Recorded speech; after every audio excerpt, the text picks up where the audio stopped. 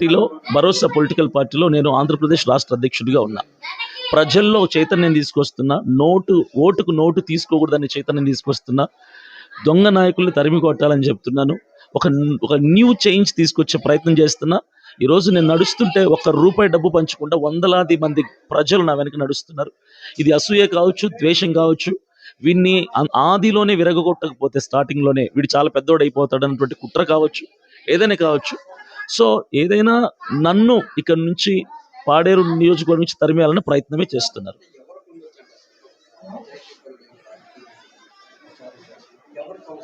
నేనైతే పర్టికులర్ పలానా పార్టీ అని పలానా నాయకుడు నేను పేరు చెప్పను. నాకు ఒకవేళ నా మనసులోనే నేను చెప్పను, అది నాకు సరికాదు కాబట్టి. నాకు లేదు. ఇది జరుగుతుంది కదా, చివరికి నా మీద వేసే ప్రయత్నం చేస్తాను. నా వాళ్ళని తీసుకెళ్ళి ఇప్పుడు ఇద్దరిని పెట్టారు అక్కడ, చిన్నపిల్లోడు ఒకడు, పెద్దోడు ఒకడు. వాళ్ళని కొట్టి మీరెందుకు చేశారు చెప్పండి అని ఇన్వెస్టిగేషన్ చేయడం ఎంతవరకు కరెక్ట్? మేమే చేసుకున్నామని చెప్తున్నారు. ఇప్పుడు ఉదయం ఫోన్ చేశారు, అక్కడ ఉన్నటువంటి పాస్టర్లు కొంతమంది ఫోన్ చేసి జాన్ బెనెడీ, సుదర్శన్ వచ్చేసారు వైజాగ్కి, పోలీసు వాళ్ళు చెప్పారు, వదిలేశారంట అని చెప్పారు.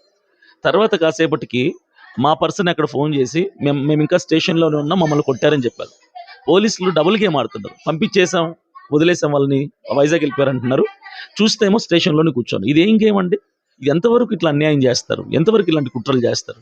ఏదైనా సృష్టిస్తారు. ఇప్పుడు ప్రవీణ్ పగడాల విషయంలో సీసీ ఫుటేజ్లు పుట్టించి తాగుబోతాడని నిరూపించిన వాళ్ళు ఈరోజు నా మీద ఇంత చిన్న సమస్యని నా మీద నెట్టేయలేరా? అన్ని వాళ్ళ చేతుల్లో, నా చేతుల్లో ఏం లేదు కదా, ఒక సామాన్యుడిని అంతే.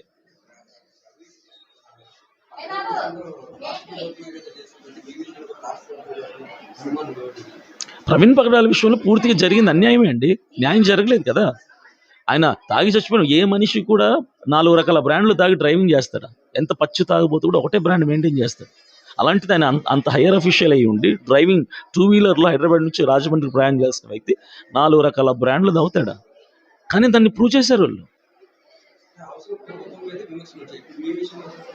ఖచ్చితంగా నేను చెప్తానండి, ఇది నా మీద రుద్ది అంటే ప్రవీణ్ పగడాల మీద ఎలాగైతే నిందేశారో ఈరోజు అభినయ దర్శన్ కూడా నిందేసి అందరూ దొంగలే, పాస్టర్లు దొంగలే అన్నటువంటి ప్రయత్నం చేసే కుట్ర చేస్తున్నారండి. ఇది ఖచ్చితంగా కుట్రే.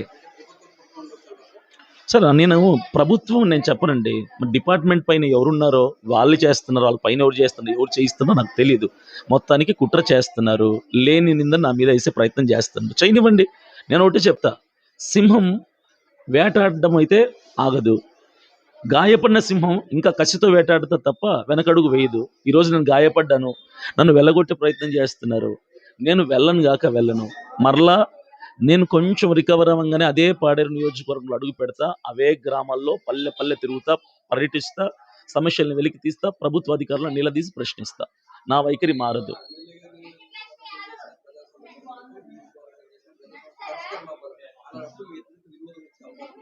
సార్ వస్తే రాని నేను చేయలేనండి. నేను ఈ ప్రభుత్వాన్ని అంటం లేదు, లేదంటే అక్కడ ఉన్న ప్రెసెంట్ వైసీపీ పార్టీ ఎమ్మెల్యేని అంటం లేదు. నేను అంటుంది 40-50 సంవత్సరాలకు డెవలప్మెంట్ లేదు ఏ గ్రామంలో. నేను ప్రతి పార్టీని అంటున్నా, ప్రతి ప్రభుత్వాన్ని అంటున్నా, ప్రతి నాయకుడిని అంటున్నా. ఎవరు మారినా అందరు ప్రభుత్వాలు మారుతున్నాయి, పార్టీలు మారుతున్నాయి, నాయకులు మారుతున్నారు, కానీ గ్రామాల్లో పరిస్థితులు మారటం లేదు.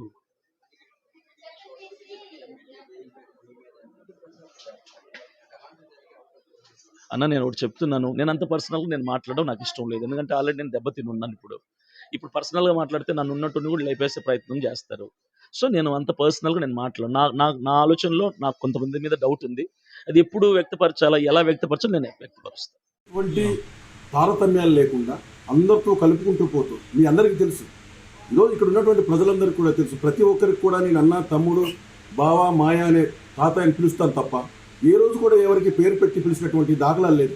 లేదంటే ఒక పాస్టర్ గారిని ఆయన్ని దాడి చేస్తే, ఎవరో దుండగులు దాడి చేస్తే, ఇప్పుడు నా మీద ఈ రకంగా మీరు నా మీద నా అనుసరులు చేశారని చెప్పి మీరు ప్రచారం చేయడం అయితే అది సిగ్గుచేటు. అంటే రాష్ట్రంలో ఎక్కడ ఏ సంఘటన జరిగినా వైఎస్ఆర్ కాంగ్రెస్ పార్టీ నాయకులే చేశారు, వైఎస్ఆర్ కాంగ్రెస్ పార్టీ నాయకులే చేయించారని చెప్పేసి మీకు అలవాటైపోయి, దయచేసి ఈ విధమైనటువంటి ఆలోచన మానుకోండి. దయచేసి ఎంతసేపు మీకు వైఎస్ఆర్ కాంగ్రెస్ పార్టీ ఈ నాయకుల మీద కార్యకర్తల మీద మీరు దాడులు అలాగే అసత్య ప్రచారాలు చేయడం తప్ప ఈ కూటమి ప్రభుత్వానికి ఏ రకమైనటువంటి పరిపాలన చేయడంలో చిత్తశుద్ధి లేదనే విషయాన్ని కూడా దయచేసి మీరు తెలుసుకోండి.